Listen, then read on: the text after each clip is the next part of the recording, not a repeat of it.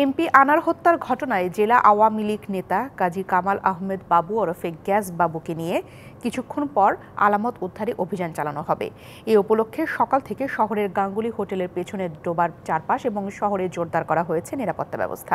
সম্ভাব্য ডোবা এবং পুকুরে খোঁজা হবে সেসব আলামত। আনার হত্যার পরিকল্পনা এবং মিশন বাস্তবায়ন সহ নানা বিষয়ে আমানুল্লাহ ওরফে শিমুল ভূঁইয়ার সাথে মোবাইল ফোনে কথা হয়েছে গ্যাস বাবুর।